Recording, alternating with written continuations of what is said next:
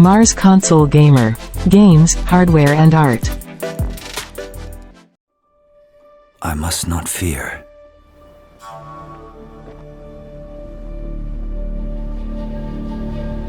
Fear is the mind killer.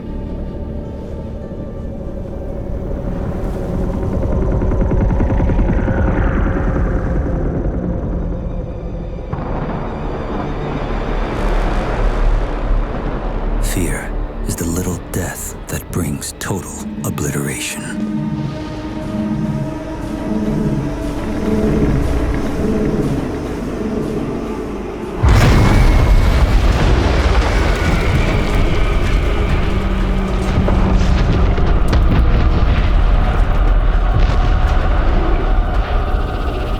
I will face my fear.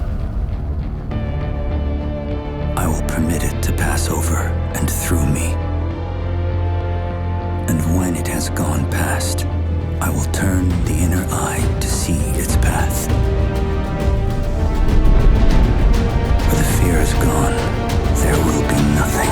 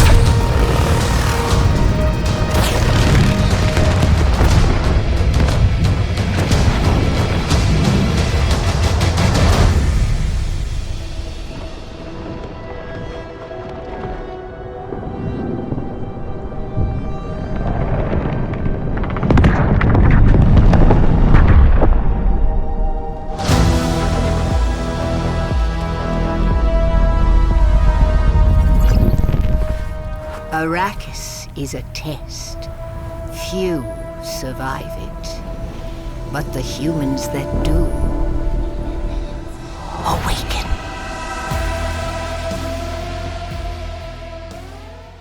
Arrakis is this unrelenting anvil against which people are beaten and shaped and forged into something that's stronger.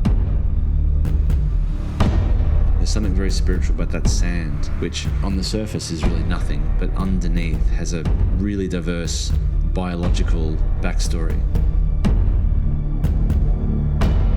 One of my favorite lines from Frank Herbert is, when you end a novel, it's like a train coming into the station that doesn't stop.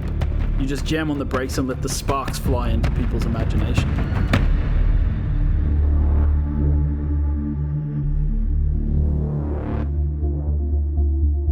Arrakis is a test, is what the Fremen say.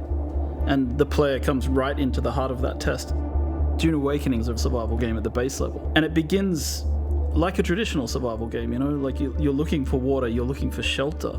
You know, where will you find water in the desert? Will you take it from others? So when we talk about survival, sure, we start with the basic kind of survive. And then when you've survived long enough, it's now time to think about political survival and how you progress within the universe. The approach we take when building a world like Arrakis is we kind of have to think about where are the stark lines and how do we draw these epic spaces? How do we make them feel huge and the player feels dwarfed by everything they see around them? The intention was every time we saw the desert, it was highly brutal, and if you went out into the desert without the right protection and without the right knowledge, that it was sure death. If we looked at references from some of the hottest deserts in the world, the visuals that we saw from those deserts weren't enough. We needed this world to be even harsher. So we've been working with Legendary since the very beginning They've been very generous with sharing with us assets from the film and allowing us to see things from the film and allowing us to really understand the vision that Denis Villeneuve has for the world and his characters and the way he's grounding Arrakis. But of course, a game is a much larger scale, so we need to expand upon that vision. We have our own army of concept artists who are sending things back and forth with Legendary all the time. One of my best moments on this project so far actually was I got to go and visit the set of the first film with a group of the people from Funcom, the art directors, the lead artists, and we got to walk around in the actual sets that they had built in classic old school set building, massive palaces, and we got to look at the ornithopters from the inside and the outside, right? We got to walk around them and get a sense of their scale. Well, I think what they had done really well is they'd been quite inspired by the world that we had built in Dune Part 1. Now, in a film, you're sort of led on a journey by the director and by the script, whereas in a game, you have the opportunity to sort of create your own narrative and create your own journey. The most exciting aspect for me is the fact that you can take what you've enjoyed and loved and you can build your own stories and your own places. And that to me is the ultimate goal, is to have, complete control. Using Unreal 5 to create a game is obviously one of the better choices. Unreal 5 gives us flexibility through the blueprinting system. It allows us to handle amazing graphics through the rendering system, the lighting system such as Lumen. Lumen technology allows proper light bouncing.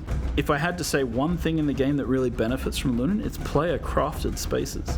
In our case, it's like you build a room and you place a window, and the window lets in natural light, and the light will fill the room in a way that feels real.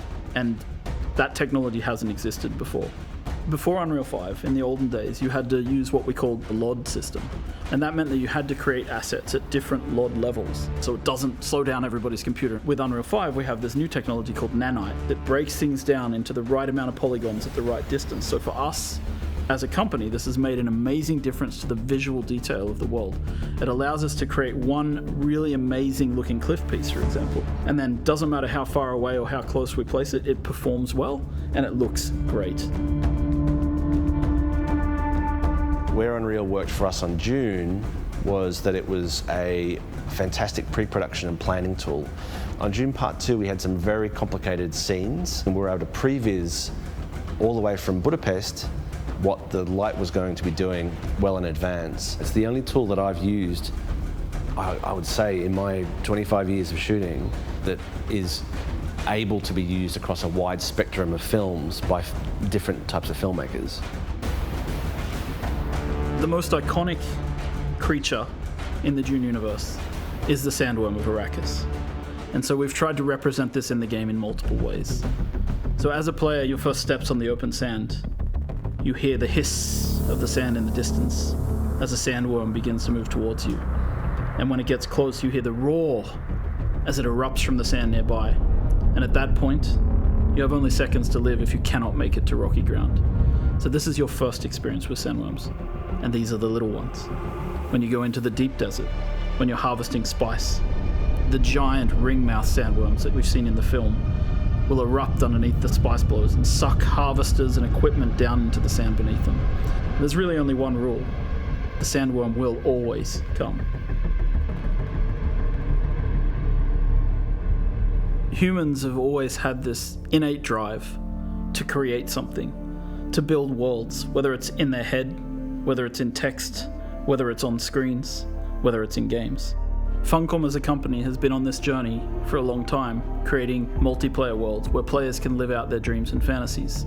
We were there in the beginning with massively multiplayer online games. We've been there in the beginning with survival open world crafting games. And Dune is a combination of those legacies, bringing us forward into the future. It's the culmination of what Funcom means as a company and what we can deliver. And this legacy means that we need to really pay attention to what we're creating and how we create it for the fans. Because I think at the heart of this, there's a lot of people out there who really want to live in the universe that Frank Herbert created. And they really want to live in the visual world of the films that they see from Villeneuve. And so we need to create the gap between those two possibility spaces and create a game world where people can live out their fantasies that they've taken from Dune. And yes, it's a huge legacy, and it feels at times extremely overwhelming, but we really hope that we can deliver something for everybody.